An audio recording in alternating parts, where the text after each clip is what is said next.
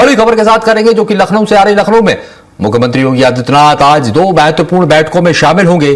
सुबह मुख्यमंत्री आवास पर पर्यटन विभाग की समीक्षा बैठक होगी, जिसमें विभाग के कामकाज और आगामी योजनाओं पर चर्चा की जाएगी। और वहीं रात 8:30 पर पुलिस महानिदेशक सीआईडी द्वारा सीआईडी साइबर क्राइम और यूपी 112 से जो जुड़ा हुआ प्रस्तुतिकरण है वो दिया जाएगा। मुख्यमंत्री इस प्रस्तुतिकरण का अवलोकन करेंगे और कानून व्यवस्था व तकनीकी व्यवस्थाओं की समीक्षा करेंगे। आपको बता दें कि दोनों बैठकों को बेहद अहम माना जा रहा है। तो इस वक्त की ये बड़ी खबर है और आज बहुत खास दिन, क्योंकि देखिए जिस तरह से विभागों की समीक्षा करने वाले हैं मुख्यमंत्री योगी आदित्यनाथ, और दो अहम बैठकों में हिस्सा लेंगे, समीक्षा करेंगे, जिसमें सीआईडी की भी शामिल है। और मुख्यमंत्री आवास में आज दिन भर ये कहा जा रहा है कि आज बैठकों का दौर रहेगा, तमाम अधिकारी वहां पर पहुंचेंगे, समीक्षा की जाएगी, किस तरह के कार्य किए जा रहे हैं और कार्य प्रणाली को लेकर, योजनाओं के क्रियान्वयन को लेकर। तो बेहद महत्वपूर्ण और अहम दिन ये हो जाता है। पर्यटन विभाग की समीक्षा भी करेंगे मुख्यमंत्री योगी आदित्यनाथ, और सबसे अहम शाम को यानी कि 8:30 पर कानून व्यवस्था ने लॉ एंड ऑर्डर को लेकर जो समीक्षा की जाएगी, यहाँ पर वो भी बेहद अहम हो जाती है। तो आज के ये खास कार्यक्रम है मुख्यमंत्री योगी आदित्यनाथ के। तो दो अहम बैठकों में हिस्सा लेंगे, दिन भर बैठकों का दौर जारी रहेगा। और वहीं हरदोई पहुंचे आम आदमी पार्टी के राज्यसभा सांसद संजय सिंह ने नीट पेपर लीक मामले को लेकर केंद्र सरकार पर तीखा हमला बोला। उन्होंने लखीमपुर के छात्र ऋतिक मिश्रा की मौत का जिक्र करते हुए कहा, यह आत्महत्या नहीं बल्कि सरकार की नाकामी से हुई मौत है। संजय सिंह ने कहा कि पेपर लीक से छात्रों के सपने टूट रहे हैं और इसकी जिम्मेदारी भी तय होनी चाहिए। उन्होंने खान सर की सुरक्षा का मुद्दा भी उठाया, कहा कि सरकार को उनकी सुरक्षा सुनिश्चित करनी चाहिए। और इसके अलावा उन्होंने मुख्य चुनाव आयुक्त, वन नेशन वन इलेक्शन और अन्य राजनीतिक मुद्दों पर भी सरकार की आलोचना करते हुए कई सवाल खड़े किए।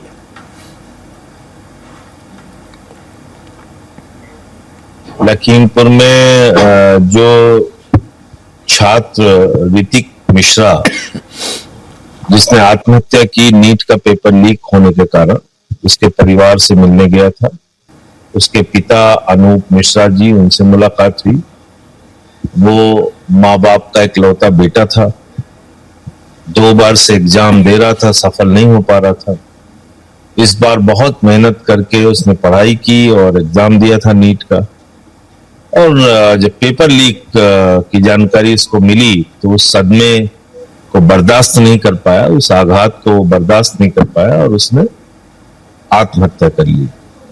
मैं पूछना चाहता हूं मोदी सरकार से कि इन आत्महत्याओं के लिए दोषी कौन है, गुनहगार कौन है? ये तो हत्या है, ये आत्महत्या नहीं है। ये सरकार के द्वारा की गई, बीजेपी सरकार के द्वारा की गई हत्या है। तो इन हत्याओं का दोष कैसे तय होगा? इन हत्याओं के लिए जिम्मेदार कौन ठहराया जाएगा? किसके खिलाफ कार्रवाई होगी? आज वो लड़का दुनिया में नहीं है जिसने डॉक्टर बनने का सपना देखा था और माँ बाप का इकलौता बेटा था।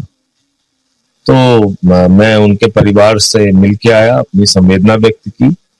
ईश्वर से, प्रभु से ही प्रार्थना है कि एक बड़ा कष्ट उनके परिवार पे पड़ा है, उसको सहन करने की प्रभु शक्ति दे। यहां पर प्रयागराज से ही बड़ी खबर है। उत्तर प्रदेश में पंचायत चुनाव में हो रही देरी पर इलाहाबाद हाईकोर्ट की लखनऊ बेंच ने कड़ी नाराजगी जताई। कोर्ट ने राज्य निर्वाचन आयोग से पूछा कि पंचायत चुनाव कब कराए जाएंगे और इसकी संभावित तारीख क्या है।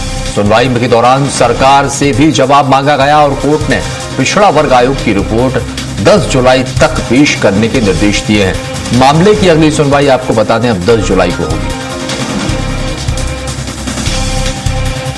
पंचायत चुनाव को लेकर जिस तरह से कोर्ट की नाराजगी सामने आई है, आपको बता दें कड़ी फटकार यहां पर लगाई है और देरी को लेकर अब हाईकोर्ट सख्त है।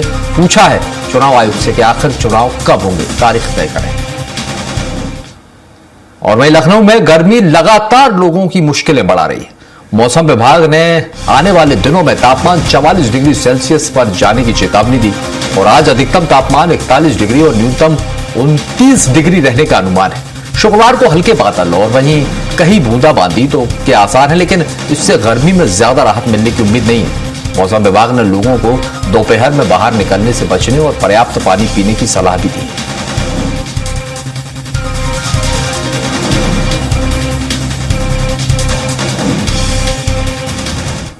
लखनऊ में गर्मी लगातार लोगों की मुश्किलें बढ़ा रही है और मौसम विभाग ने आने वाले दिनों में तापमान 44 डिग्री सेल्सियस पर जाने की चेतावनी जारी कर दी। आज अधिकतम तापमान 41 डिग्री और न्यूनतम 29 डिग्री रहने का अनुमान। शुक्रवार को हल्के बादल और कहीं कहीं बूंदाबांदी के आसार है, लेकिन इससे गर्मी से राहत मिलने की उम्मीद नहीं है। मौसम विभाग ने लोगों को दोपहर घर से बाहर निकलने की अपील की है कि बाहर ना निकले, पर्याप्त पानी पिए, इस तरह की सलाह भी देती है।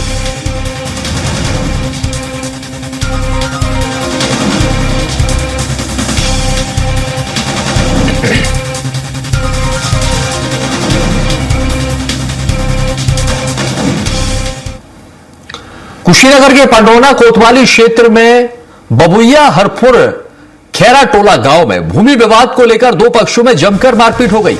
विवाद इतना बढ़ गया देखते ही देखते कि दोनों ओर से लाठी और डंडे चलने लगे। घटना में 6 लोग गंभीर रूप से घायल हो गए। सभी घायलों को इलाज के लिए मेडिकल कॉलेज रविंद्र नगर में भर्ती कराया गया और घटना का वीडियो भी सामने आया। पुलिस पूरे मामले की जांच में जुटी है और स्थिति पर नजर बनाए हुए है।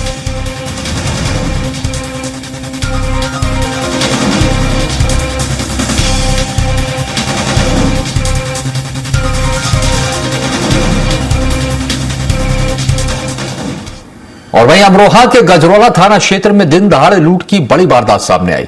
उमंग डेयरी कंपनी के सुपरवाइजर के पद पर कार्यरत अजय सैनी ड्यूटी खत्म कर घर लौट रहे थे। इसी दौरान अहरोला तेजवन मार्ग पर हथियारबंद बदमाशों ने उन्हें रोक लिया। बदमाश 24,000 रुपए की नकदी, मोटरसाइकिल और मोबाइल फोन लूटकर मौके से फरार हो गए। घटना की सूचना मिलते ही पुलिस मौके पर पहुंची, जांच शुरू कर दी और पुलिस आसपास के सीसीटीवी कैमरों की फुटेज खंगाल रही। आरोपियों की पहचान करने में जुटी हुई है। अधिकारियों का कहना है कि मामले की गंभीरता से जांच की जा रही है और जल्द ही बदमाशों को गिरफ्तार कर लिया जाएगा।